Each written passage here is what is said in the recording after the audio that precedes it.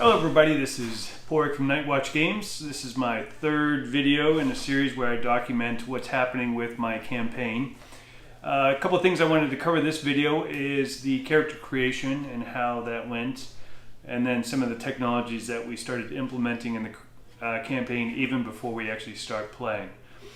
So the first thing is we did our character creation, and one of the rules that we instituted from the beginning was that the players were not allowed to discuss or refer to their character by their class.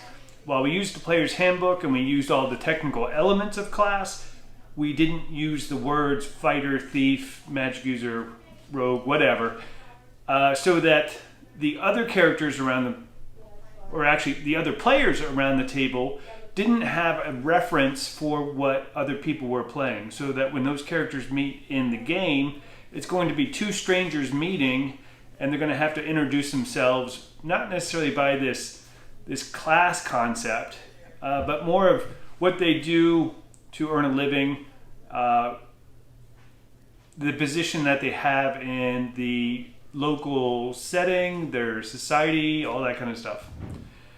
So it really went well.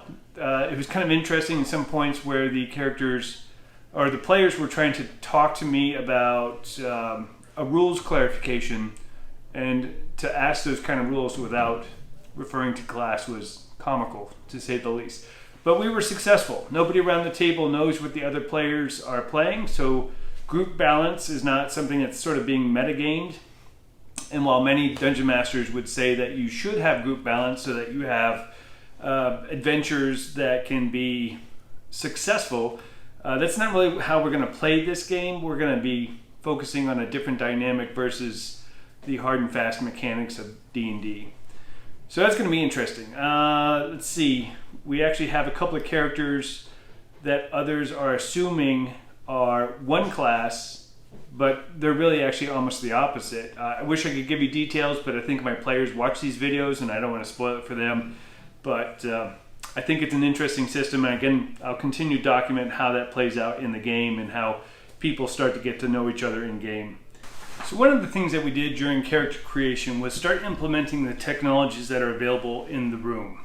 And one of those is an iPad that has a bunch of sound programs that you're allowed to coordinate in the room by pressing just a few buttons, and the speakers around the room then play these sounds. And it's a good way to immerse the players into a setting without having to go through long descriptions or a lot of pictures and whatnot. So to illustrate that, I've got a program on YouTube. Turn the volume up here.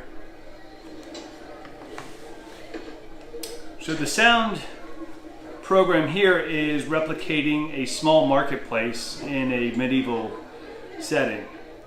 And without me having to describe that marketplace, the players would then hear the sounds of the carts and the vendors and all that kind of stuff.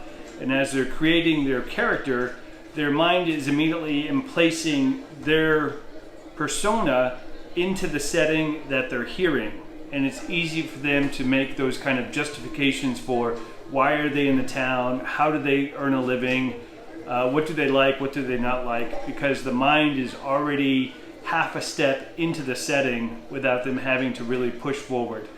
The town is also on a riverbed, or not a riverbed, a riverbank. There's a river that goes to the north of it, and I wanted to give that sense as well, the sense of docks and workers and water and all that kind of stuff. So I coupled this sound program with Alexa. If you're not familiar with Alexa, she's a voice-activated computer that can do all sorts of things. Alexa, play water sounds.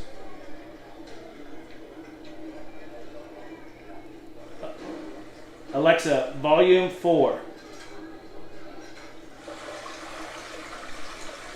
Alright, so now I have the town ambient sounds with some water sounds, and because I'm not really having to say much during character creation, I'm letting the characters or the players get through the books and do all the mechanics of building that.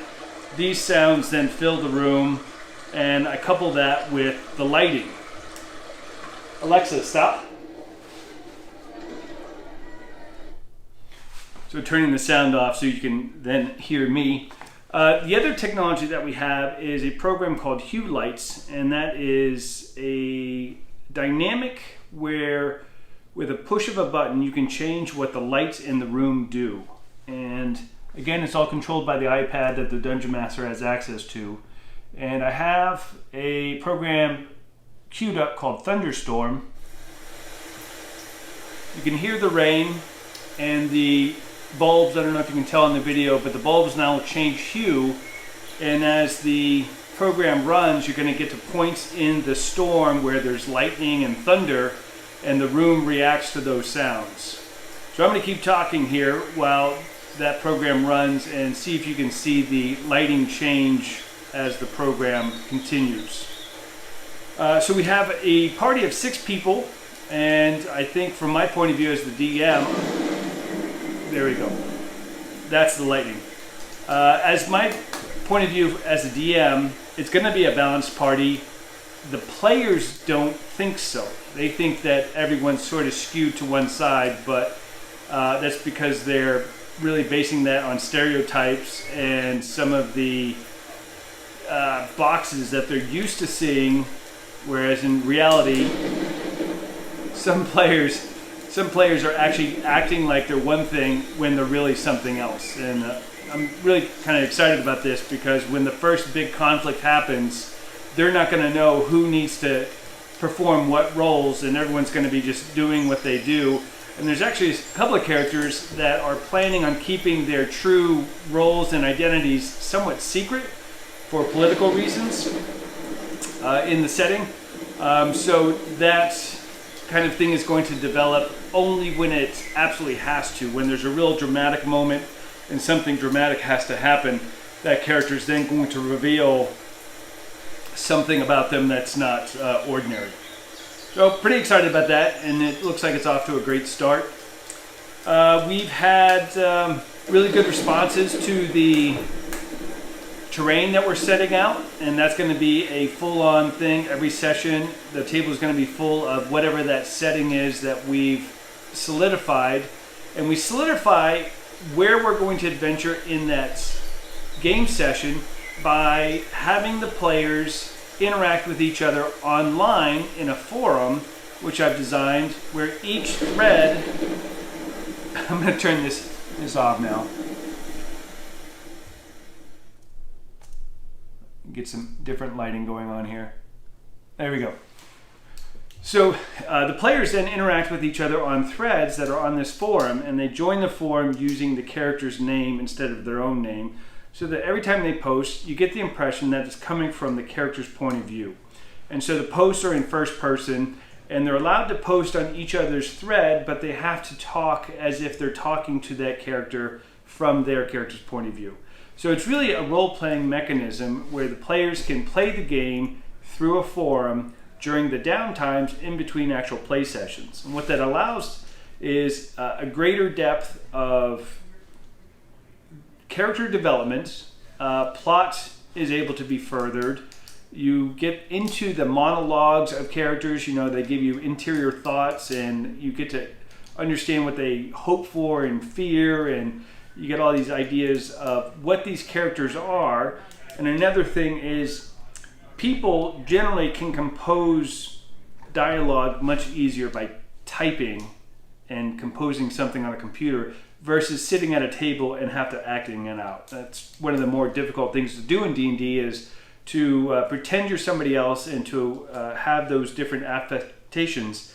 Whereas if you're on a forum, you're able to compose it and edit it and make sure it's what you want. And then when you publish it, people get the impression that this is your character, and you're either really witty or you're really somber, or you've got a very distinct character about you.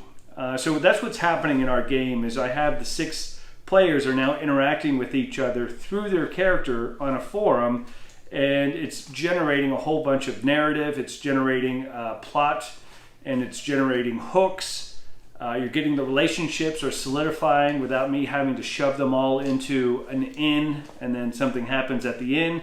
And then the relationships that they're coming up with they're organic, they seem natural, they're not contrived, and they then start owning that character even more. It's an investment, and they also start owning the setting in which they're talking, because as they talk on the forum, they're bringing in details of the town, and they're giving, again, the background or the time of day or the secondary actions that the character's doing while they're talking. And it really becomes a story. And it's really amazing on my end to be able to be the DM and not have to generate all that content, and the players are generating it for me, and I get to see my town develop outside of my own mind, and that's really exciting. I'm having a good time with that. The forum is located online. I could actually let the link below, but what I'm afraid of is the forum getting cluttered with a bunch of extraneous posts from people outside of the game itself. So what I think I'll do is open up one of the threads for visitors to make comments and leave the forum somewhat closed off to that kind of input, and let only the players make their input there. So pretty cool. It's gone well. I was worried that the players wouldn't want to invest that much time in between game sessions. Sometimes we don't really want to work at the games that we play. We'd rather just play the game. But I find that this group that I've assembled is willing to do that. And once again, we're coming up with some really great narratives, and the story is already well developed, and we haven't even played our first session.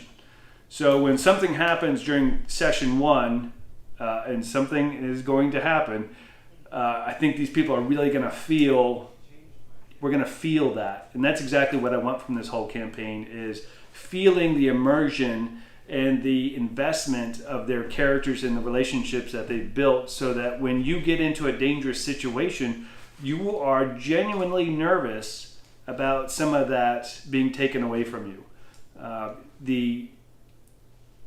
The relationships that you have with the town, if you can think of Game of Thrones, you don't know who's going to be alive or dead at the end of a session.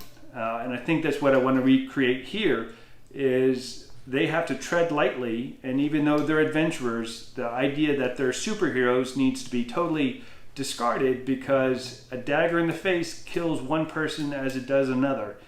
And so I'm working on that, and I think that the players are now really going to be affected by game number 1. So another thing that we talked about during character creation was the concept of what do hit points mean. And in the book, it really talks about how hit points are a reflection of your physical wellness and your ability to continue the fight. But as you know, if you're at 1 hit point, all your abilities are at the same capacity than if you were at 1,000 hit points. It's only when you become 0 hit points does your ability to act actually change. And I'm not too sure I really like that system, because there's no tension to that.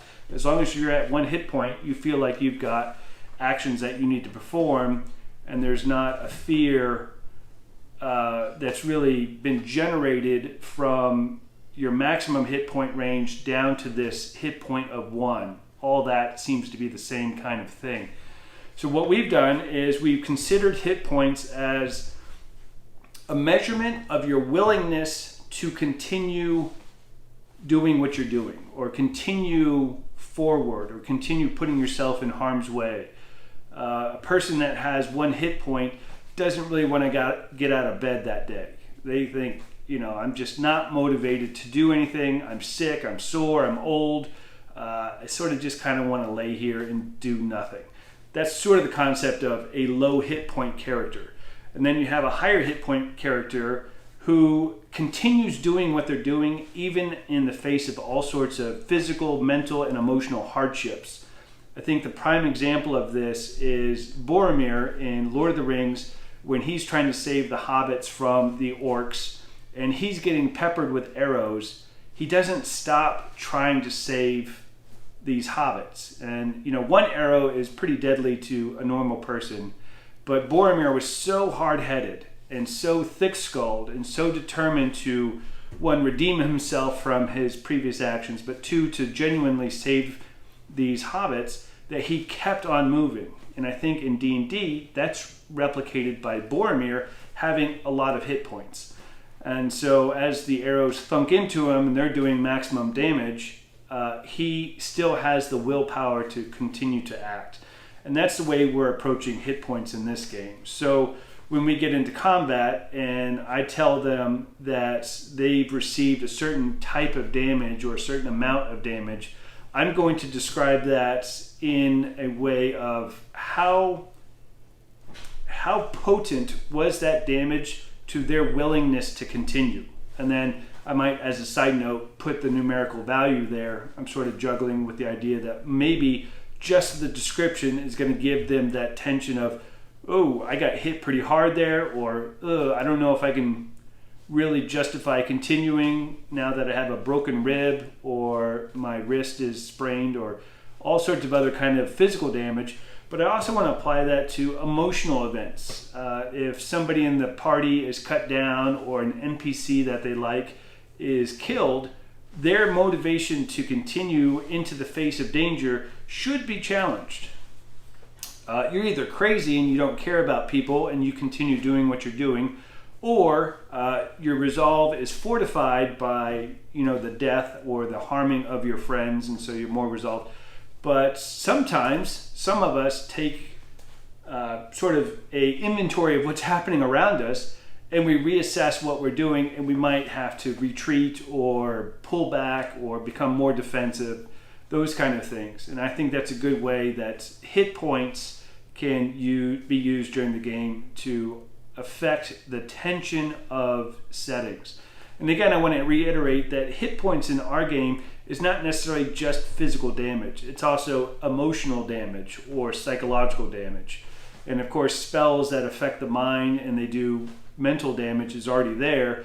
I'm also going to impart some of that in settings where the characters come across scenes that are just psychologically disturbing, and they're going to be so disturbing to the point where I'm going to have them take some type of, quote, hit point damage. But what really I'm saying is you need to really dig deep to continue going further here. All the indications around you are saying that you should stop and you should go away. And it takes that exceptional person to keep going. And so I think that's a good way to use hit points. We're going to try it out. Hopefully it's not too clunky or too abstract. But I think that the end solution of increasing tension in the game is what we're after. And we're going to try to hit it from all these different angles. And that is one of them. Boy, do I ramble. I rambled on. Okay. I think that's it. I want to demonstrate one more sound setting. With a push of a button on the iPad, I can change what the lights do. So that's a setting called Cave. Here's a setting called Dim. Here's a setting called Fire. I don't know if you guys can tell, but it's kind of red. Let's go with Lava Cave. Spring Blossom, which is kind of purpley from my point of view. Savannah Sunset. All those things can happen in a game. So as we're going through different scenes, with a simple push of a button, I can change the mood of the room, and it really lets the players get immersed into that scene. And then of course, coupled with Alexa and her sound effects, we can really make something happen. So let's see, I'm going to do just an example of that. Let's do Alexa, water sounds. In physics, sound is a vibration that typically No, that's not what I need. Alexa, stop. Alexa, play water sounds.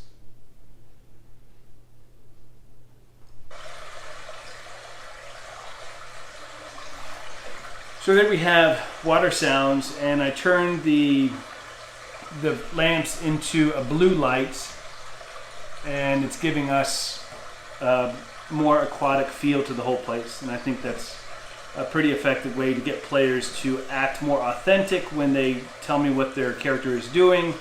And of course they can imagine what's happening with more fidelity, and so everything is just more integrated, and the integrity of what they're doing is higher. So I'm pretty excited about this. Again, I'm going to document more developments in the future. I might even try to include some game footage so that you can see this actually happening on the table, and we will discuss it then. So this is Pork from Nightwatch Games. Thanks for listening, and